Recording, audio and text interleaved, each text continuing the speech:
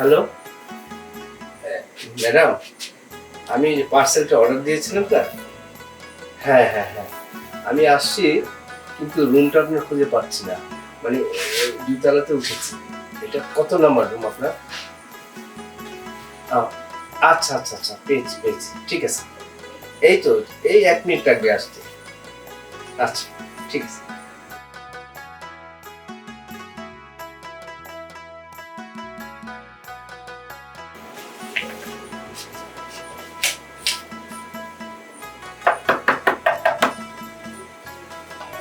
Parcel. ও আচ্ছা আপনি জি। আরে আসুন আসুন ভেতরে আসুন। আরে আসুন আসুন বসুন।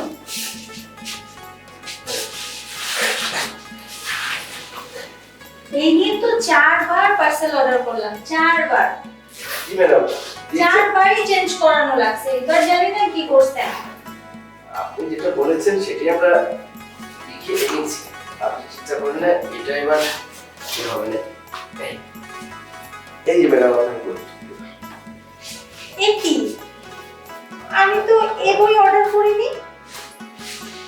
এটা করেন না, আমরা তো এটাই পেয়েছি। এই যে সেম আগের বারও 3বার এই যা হয়েছে, এই যে বারও তাই হলো। বললাম না, মানে আপনাদেরকে অর্ডার করে একটা আপনারা নিয়ে আসেন, আর একটা সমস্যা কোথায় আপনাদের? ম্যাডাম আসলে বই দেখতে এক হলে হবে না, নামতে তো এক হতে হবে। দেখেন নামটাই কোনো মিল নাই। কি আচ্ছা জানেন? যাই হোক, আমি এই বই নিতে পারবো না, আর কোনো পেমেন্টও করব না।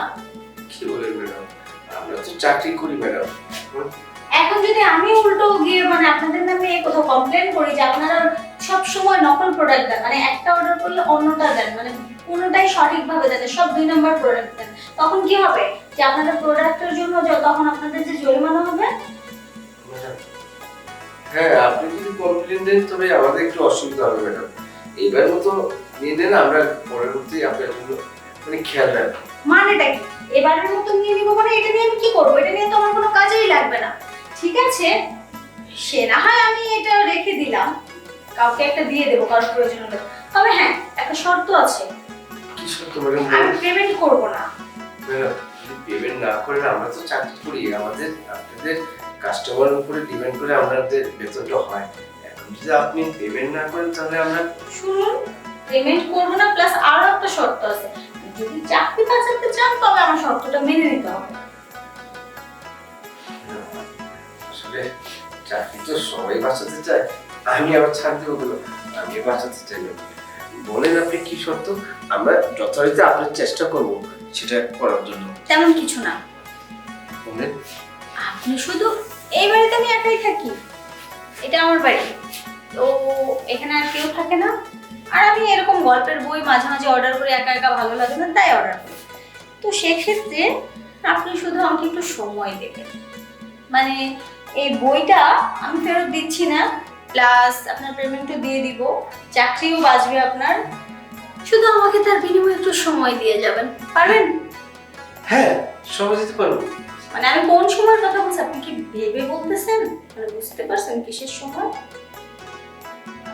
হ্যাঁ ম্যাডাম, একটু একটু বুঝতে পেরেছি। একটু বুঝলে হবে না, পুরোটাই বুঝতে হবে।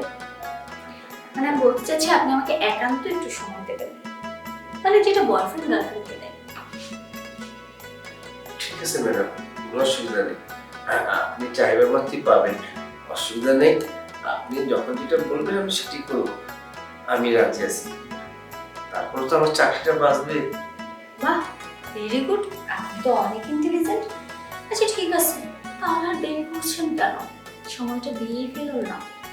আমি তো আপনার পাশেই বসে রয়েছি, আপনি বলেন কিভাবে কি করতে হবে, আমি বুঝে আসছি। আজব তো, কিভাবে কি করতে হবে মানে? আপনি কি বোঝেন না নাকি? এত বয়স হয়েছে দেখে তো মনে হয় 2-4টা ছেলে মেয়ের বাবা, আর এইটুকু বোঝেন না? তা বুঝতে পেরেছি, অসুবিধা নেই ম্যাডাম।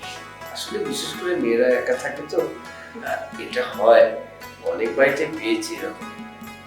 এখন পরিস্থিতি শেষ শিক্ষা দিলে আমি কন্ট্রোল করেছি, আপনাকেও আশা করি করতে পারবো। আহ, চাচ্ছিলাম যে আপনি দেরি না করে, না আপনাকে আবার যেতে হবে তো।